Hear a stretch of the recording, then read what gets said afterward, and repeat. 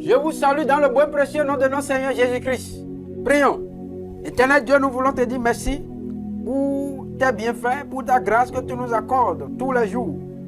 Nous sommes reconnaissants d'être encore dans ta présence pour t'écouter. Parle-nous Seigneur, nous t'écoutons. Merci Père de nous avoir exaucés. Au nom de Jésus, nous avons prié. Amen.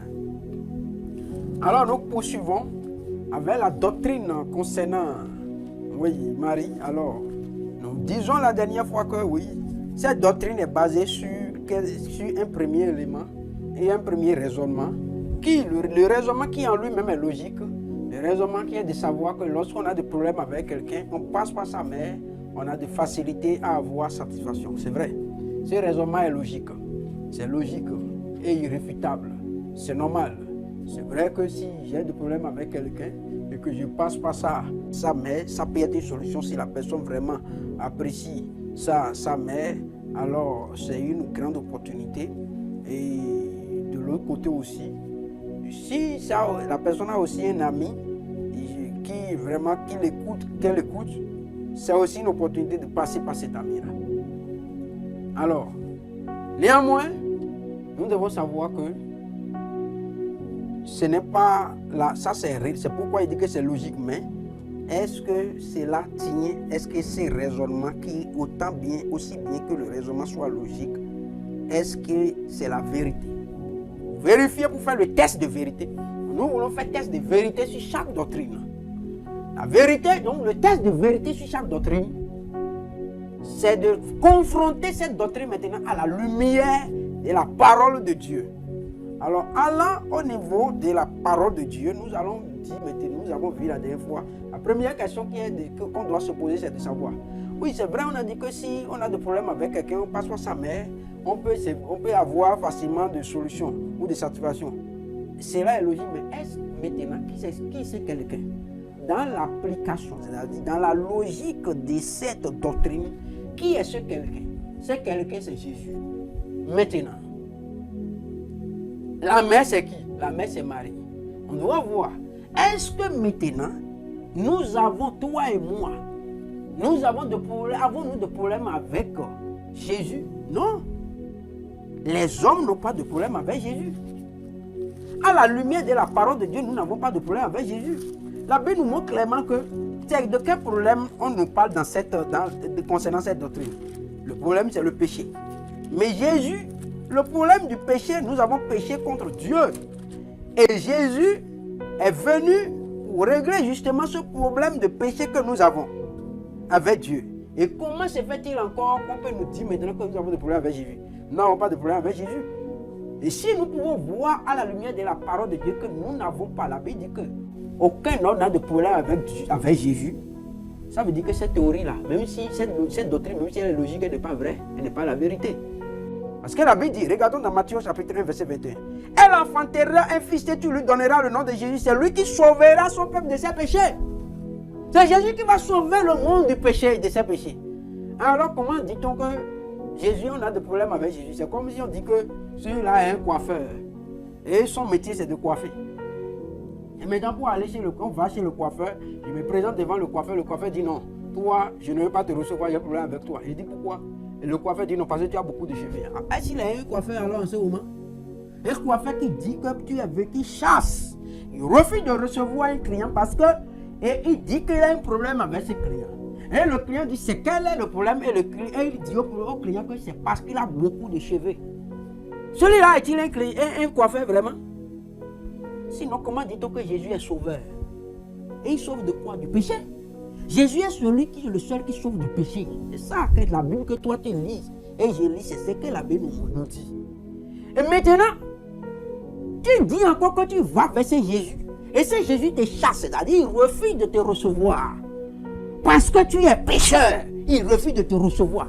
Et à cause de ça, tu vas te faire face à Marie pour dire, Sainte Marie, Mère de Dieu, priez pour nous pauvres pécheurs. Attends. Ta Bible t'a montré où que Marie va prier pour toi. Moi, ma Bible me montre que Jésus, là, lui va prier pour moi.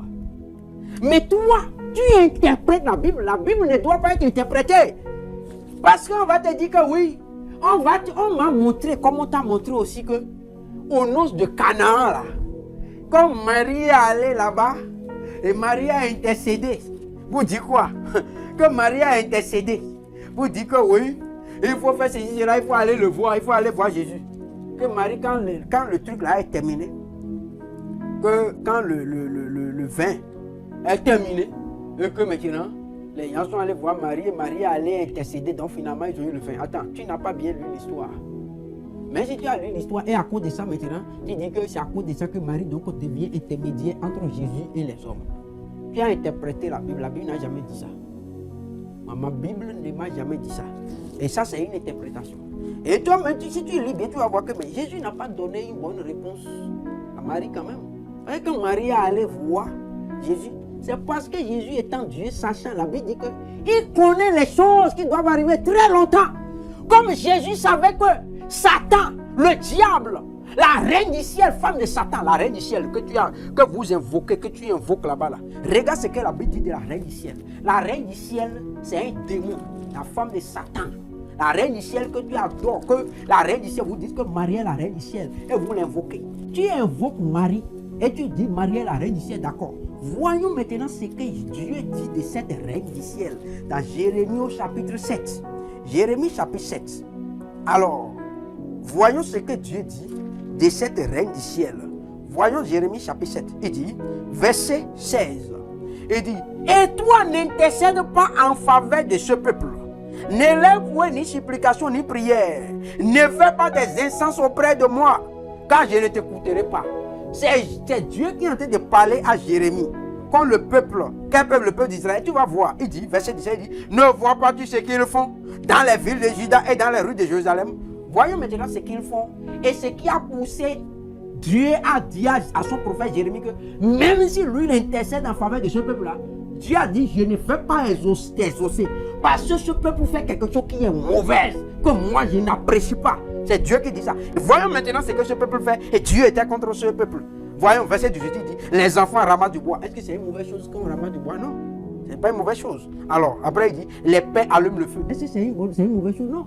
Ramasser le bois, c'est une bonne chose. Allumer le feu, comment on va manger, il faut préparer. Alors, donc ça, c'est pas une mauvaise chose. Il dit, et les femmes pétrissent la pâte. Est-ce que c'est une mauvaise chose? Non. Tout jusque-là, ce qu'ils font, c'est bon. Voyons maintenant, on va se dire, mais si c'est ramasser le bois, Dieu ne veut plus qu'on ramasse le bois. Hein? Allumer le feu, Dieu ne veut plus qu'on allume le feu, comment on va manger? Pétrir la pâte maintenant, c'est une mauvaise chose, comment on va manger? Non, c'est pas encore ça qui est mauvais. Il dit, pour préparer des gâteaux, je m'arrête là d'abord. Si on prépare gâteau, mais eux vont préparer gâteau pour manger, donc jusque-là, ce n'est pas une mauvaise chose. Puisque nous avons vu tout à l'heure que la Bible même a dit que tout ce que Dieu a créé comme aliment, là, il a voulu que les hommes prennent ça avec action de grâce en mangeant. Alors donc, prendre le bois, allumer le feu, pétrir la pâte, faire du gâteau et manger dans son ventre, Dieu n'est pas contre ça. Nous avons déjà vu ça. Tout à l'heure, dans 1 Timothée, chapitre 4, nous avons vu. La dernière fois, que refuser qu'on mange de la nourriture, que ça c'est une doctrine de démon. Donc Dieu a dit qu'il veut que les aliments soient pris avec action de grâce. Donc le fait de pétrir la pâte, d'allumer le feu, de chercher le bois, c'est pas ça que Dieu reproche au peuple d'Israël. Mais qu'est-ce qu'il reproche? Il dit, pour faire des gâteaux, pour préparer des gâteaux à la reine du ciel. Vous voyez ça? Donc, pour qui il prépare le gâteau, c'est ça le problème. Il dit, et pour faire des libations à d'autres dieux, afin de mériter. Vous voyez? Afin de mériter. Donc, ce contre quoi Dieu était là, c'est parce qu'il prépare des gâteaux, non pas pour manger, non, mais pour la reine du ciel. Donc, Dieu est contre la reine du ciel.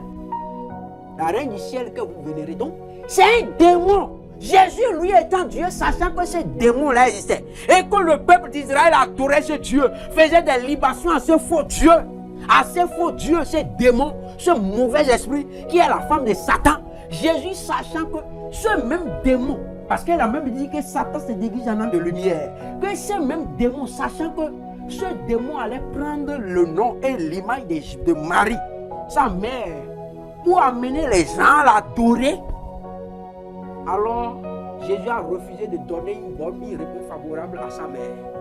Parce que Jésus savait ce que rien n'est étonnant. La Bible dit que rien n'est étonnant de la part de Dieu. Ça veut dire que ton adoration, ta fausse adoration que tu fais, ce n'est pas étonnant de la part de Dieu. Dieu connaissait ça. Dieu savait que vous allez faire ça. Tout ce qui se passe sur la terre, Dieu savait. Il a prévu tout. Il savait que ça allait se passer. Comme Dieu est Dieu. Et il avait dit qu'il n'y a rien qui soit étonnant de sa part. Comme lui connaît, il sait que ça va se passer. Il sait que ces démons qui s'appellent Reine du ciel allaient prendre le nom de sa mère Marie pour se faire adorer. C'est pourquoi Jésus qui est un enfant poli, qui est Dieu et qui est poli, a donné une réponse à sa mère, qui est une réponse que si un enfant donne cette réponse à sa mère, toi qui es maman qui m'écoute là, toi-même écoute. Si ton enfant te donne cette réponse, tu ne vois pas que c'est une humiliation. Regardons la réponse que Jésus donne à Marie quand Marie est allée vers lui. Dans Jean au chapitre 2. Alors, verset 3, le vin ayant manqué, la mère de Jésus lui dit, ils n'ont plus de vin. Verset 4, Jésus lui répondit, hey, femme, qu'y a-t-il entre moi et toi? Mon heure n'est pas encore venue. Regarde ça. Si toi, tu es là. Si on te dit que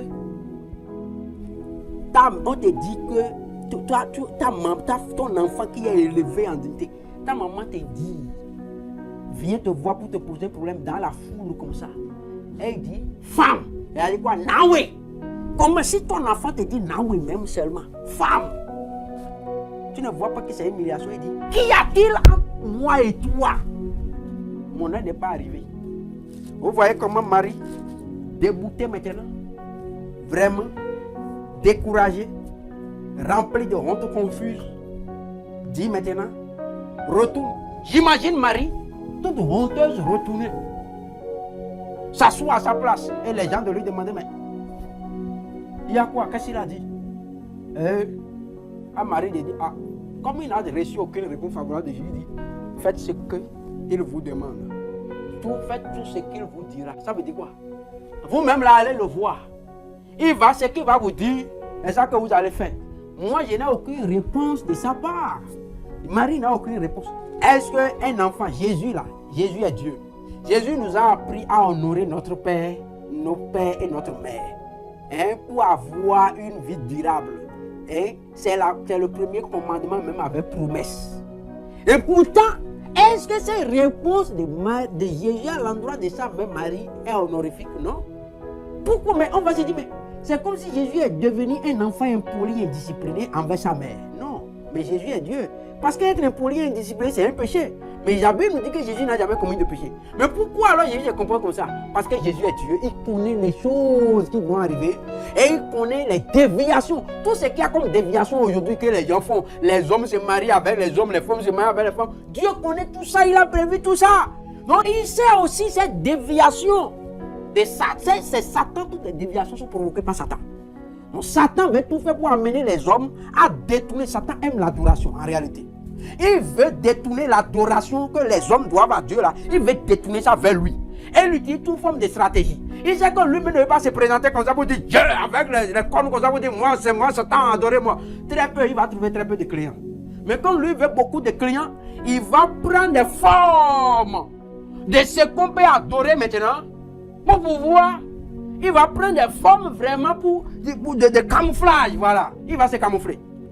Comme Jésus savait ce que Satan allait faire avec le nom de sa mère, c'est pourquoi Jésus n'a pas donné. Parce qu'il savait que cette interprétation que toi, on t'a donné, qu'on m'a enseigné, que le canon, que les papes, ils ont enseigné, ils ont donné cette interprétation-là. Jésus savait que le moment va venir, Satan va inspirer les hommes, ils vont voir ça, ils vont interpréter ce passage. Et pour ne pas leur donner raison, pour qu'au ciel, ils ne puissent pas faire chaud là. Là, il va montrer qu'il va adopter. C'est pourquoi il a adopté ce comportement. Pour que demain, personne ne puisse dire oui. Comme on a vu que quand il est venu vers toi là, tout ce que Marie t'a tout demandé là, on a vu que tu lui as accordé ça. Mais ça c'est le premier point. Donc, premier point de demande de Marie, Jésus ne lui a pas accordé. Mais les serviteurs sont venus. Le même Jésus qui a dit que mon heure n'est pas arrivé. Femme qui a tiré en toi et moi là. Mon heure n'est pas arrivé, je ne suis pas prêt pour aller à la croix, il ne faut pas me crucifier ici là. Alors, qu'est-ce qui se passe? Jésus a fait. Jésus a accordé ce qu'ils ont demandé. Voyons maintenant un autre exemple dans Matthieu au chapitre 12. Matthieu chapitre 12 verset 46. Comme Jésus s'adressait encore à la foule, voici sa mère et ses frères qui étaient dehors, cherchaient à lui parler. Verset 47. Quelqu'un lui dit, voici ta mère et tes frères sont dehors. Vous voyez? Je m'arrête là encore pour dire à ceux qui disent que Marie est vierge, Marie non. Marie a été vierge au moment où elle avait, avant Jésus, avant de mettre au monde Jésus. Mais après, parce que Dieu lui a dit, prends ta femme Marie. Dieu ne peut pas mettre Joseph dans la galère en disant que, parce que Dieu ne veut pas se contredire. La Bible dit que Dieu ne veut pas se marier. Et à cause de l'impudicité, il faut que chaque homme ait sa femme et que chaque femme ait son mari. C'est la Bible qui l'a dit. Et la Bible dit que, cette même Bible dit que, à cause que la femme, le corps de la femme appartient à l'homme et le corps de l'homme appartient à la femme. Et qu'il ne doit pas se priver l'un l'autre. Que la femme doit donner à son mari ce qu'elle lui doit et l'homme aussi doit faire de même. Vous comprenez, non? Quand même, vous êtes des adultes, vous réfléchissez, c'est la Bible qui le dit. Ça veut dire quoi? Dans le cadre du mariage, le rapport sexuel est légal, est divin. Dans le cadre du mariage, à l'intérieur des couples légalement mariés. Et c'est Dieu lui-même qui a institué ça. Donc dans le cadre d'un couple marié, le rapport sexuel n'est pas un péché. Et le rapport sexuel n'est pas quelque chose qui souille dans le cadre du mariage. Donc ce n'est pas ça qui fait que quelqu'un qui était sain devient impur, non. Bien au contraire. Parce que c'est comme une nourriture. Mais cette nourriture a cette différence que dans un restaurant, quelqu'un doit préparer n'importe quelle nourriture, ignon pilé, macaroni, n'importe quoi tu peux manger. Mais ça, c'est seulement ta femme est sur le lit conjugal. C'est pourquoi il dit que le lit conjugal soit exemple de tout souillure. Car Dieu punira, jugera les impudiques. C'est seulement sur le lit conjugal que tu peux avoir cette nourriture. Alors, qu'est-ce qui se passe concrètement? Ici, donc, on ne peut pas imaginer que Marie n'a pas. Comment donc Dieu va vouloir mettre Joseph sous un joug en disant que il ne va pas toucher à Marie durant toute la vie? Écoute, et on dit que Marie est vieille, donc Marie n'a pas eu d'enfant. Vous avez appris que Joseph a eu une autre femme? La seule femme de Joseph était Marie. Et ils ont eu l'intimité. Ils ont eu des enfants. Et ce sont ces enfants qui étaient là avec Marie. Et ils ont dit, voici, ta mère et tes frères sont dehors. Vous voyez? Elle cherche à te parler. Verset 48. Mais Jésus répondit à celui qui lui disait, qui est ta mère? Jésus disait, qui est ma mère et qui sont mes frères? Puis, étendant la main sur ses disciples, il dit, voici ma mère et voici mes frères. Car quiconque fait la volonté de mon Père qui est dans les cieux, celui-là est mon frère et ma soeur et ma mère. Vous voyez ça? Ça, écoutez, je vais m'arrêter là pour te poser une deuxième question. Quelle humiliation encore? Première humiliation, nous avons déjà vu dans Jean 2. Ça maintenant, ce n'est pas une humiliation encore. Imaginez cette grande foule. Une maman dont l'enfant est élevé, qu'il a gardé toute sa vie jusqu'à 30 ans et maintenant l'enfant est élevé, est devenu un homme élevé en dignité. Et il tient un séminaire ou bien quoi, quelque part et les gens sont pleins.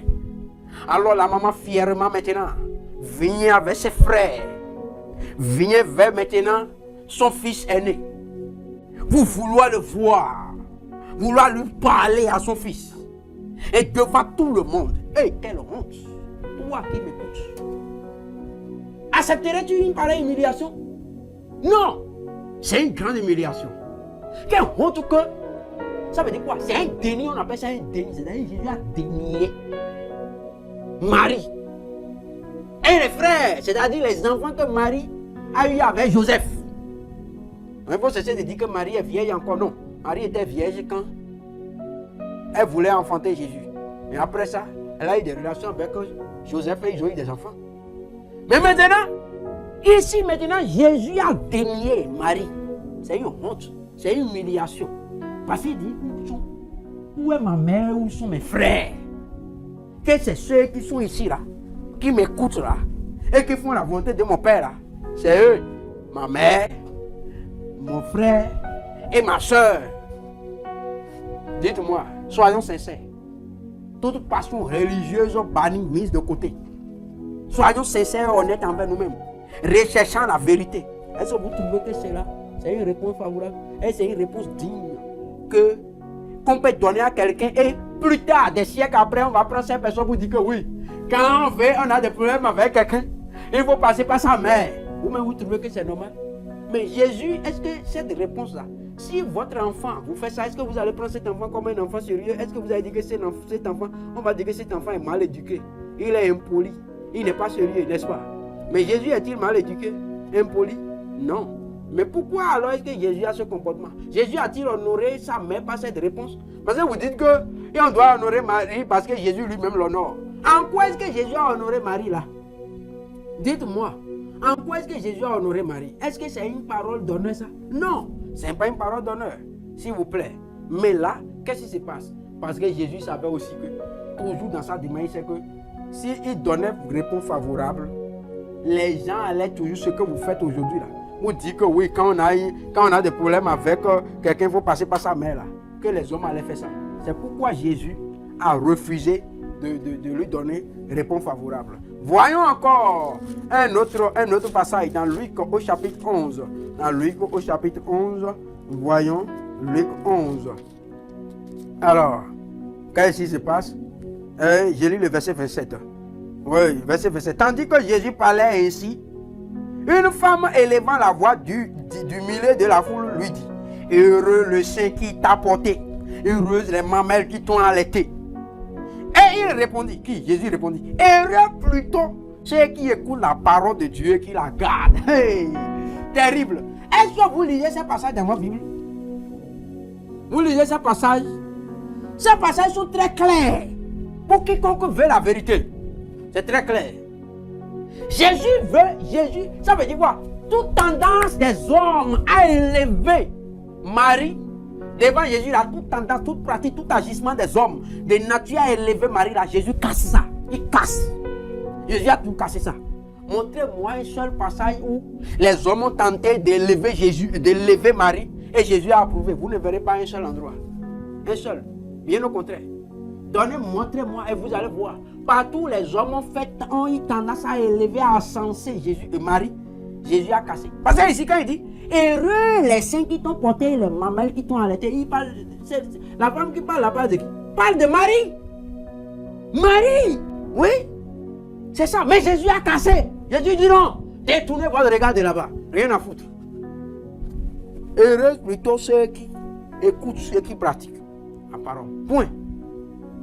Pourquoi Jésus faisait tout ça? Ce n'est pas parce que Jésus est contre sa mère, je vais vous dire. Mais plutôt, Jésus savait que cette fausse adoration, cette fausse doctrine qu'on vous a enseignée, ça sera ainsi. Mais comme il ne veut pas et ce sera avec ces arguments faux. Arguments faux selon lesquels, quand Marie demande quelque chose, Jésus lui donnait. C'est pourquoi, toutes les fois il a demandé quelque chose là, Jésus a cassé ça. Et le seul endroit où vous pouvez dire qu'on prend dans Jean 19 là, oh, là-bas, là, Marie n'avait rien demandé. Marie était tranquille.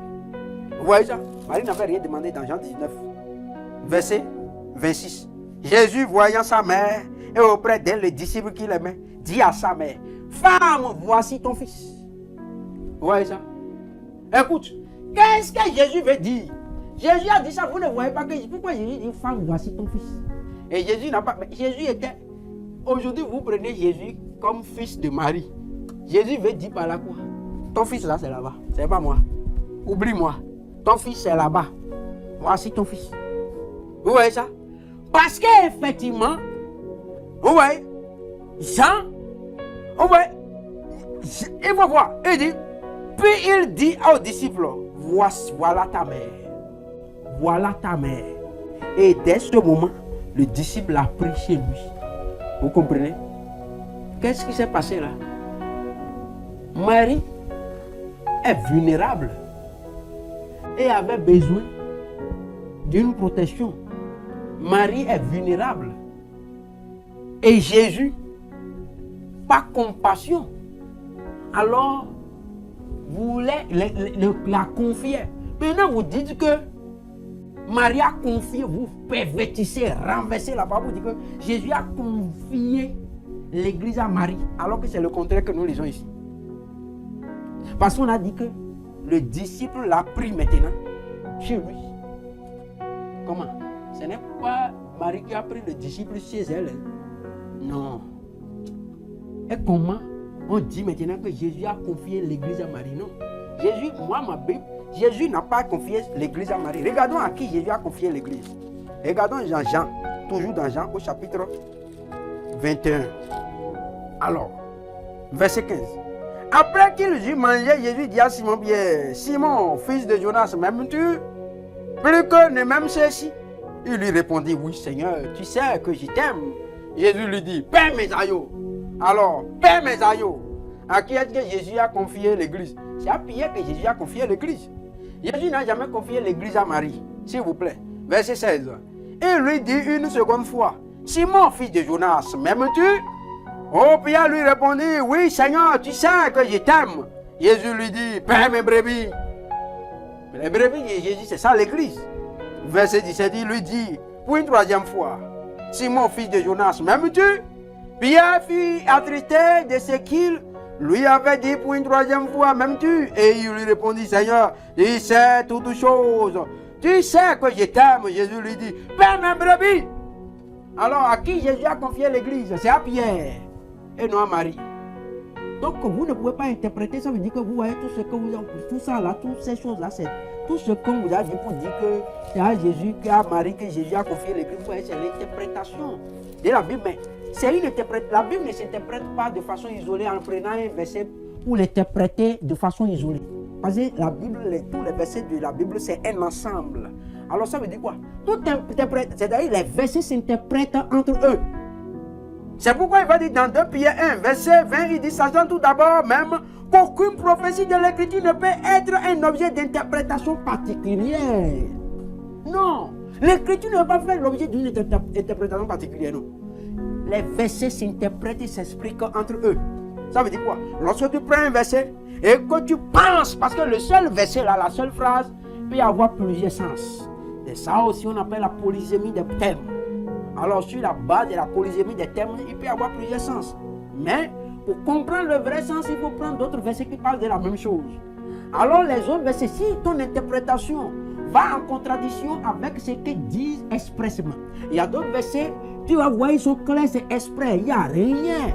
Non, chercher à fouiller, à comprendre, c'est clair. Lorsque tu vas prendre ces versets-là, qui parlent de la même chose, mais de façon claire et expressive, et que tu vois que ces choses, que ce que ces versets disent de façon expressive, est contraire à ton interprétation, tu dois savoir que ton interprétation est fausse. Alors donc, nous avons pris maintenant ces différents versets, et compte tenu du temps qui est passé, nous allons voir dans la suite. Quels sont alors les versets maintenant qui parlent de façon expressive de notre relation avec Jésus et qui sont contraires? C'est-à-dire ces versets que lorsqu'on les lit, même sans interprétation, contredit systématiquement les interprétations de Jean 19, par exemple, verset 26. Oui, nous allons voir. Et ces versets qui amènent les gens à dire que oui, Marie, Jésus avait confié Marie et l'église à Marie. Ou bien l'interprétation de Jean 2 au nom de Canaan pour dire que oui, Jésus a fait ceci, cela, Marie est allée vers lui et il a exaucé. Nous verrons maintenant nous verrons d'autres versets qui de façon claire maintenant montrent vraiment le contraire. Mais nous avons déjà montré que de bout en bout, ce qu'il faut retenir est que au travers de tous ces versets, nous voyons clairement que toute tendance à élever Marie, vivant du moment où Jésus était encore sur la terre, nous voyons que Jésus cassait toutes ces tendances. Non pas parce qu'il n'aimait pas Marie, parce que Jésus là, il aime tout le monde, y compris Marie. Marie est une âme sauvée, comme toute autre âme. Mais Jésus cassait cette tendance-là parce que Jésus savait que le diable, cet esprit qui est la femme de Satan, qui s'appelle Reine du ciel, allait utiliser le nom de Marie pour se faire adorer. Alors que ce ne serait pas Marie, celle par qui Jésus est venu au monde. C'est pourquoi Jésus cassait cela. Alors, dans la suite, nous verrons, parce que c'est une longue étude, nous verrons, nous allons progresser pour que votre entendement soit éclairé sur ces choses et que vous preniez la meilleure décision, que vous deveniez de vrais adorateurs qui adorent Dieu en esprit et en vérité. Que le Seigneur vous bénisse. Seigneur, nous voulons te dire merci pour ta grâce dans notre vie parce que tu as choisi d'éclairer ton peuple, afin qu'il ne puisse pas regretter le dernier jour, afin qu'il ne puisse pas, à la fin, t'entendre dire, éloigne-toi de moi, je ne t'ai jamais connu. Seigneur, je prie, comme ton peuple est en train d'écouter ce message, je prie que tu lui donnes une oreille attentive et un cœur enseignable pour pouvoir être enseigné. Que toute forteresse de religion, Seigneur, de raisonnement, comme tu as dit dans 1 Corinthiens, en 2 Corinthiens chapitre 10, tu as dit, oui, si nous marchons dans la chair, ne combattons pas sur la chair, car les armes avec lesquelles nous combattons ne sont pas charnelles. Elles sont puissantes par la vertu de Dieu pour renverser les forteresses. Renversons les raisonnements et tout auteur qui s'élève contre la connaissance de Dieu, nous amenons toute pensée captive à l'obéissance de Christ. Je prie que tu accomplisses cela dans les vies, que toute forteresse de raisonnement soit renversée au nom de Jésus-Christ et que les cœurs et les pensées qui sont gardées en captivité de Satan soient ramenées à l'obéissance de la parole de Christ au nom de Jésus-Christ. Merci Père de nous avoir exaucés. Au nom de Jésus-Christ, nous avons prié. Amen.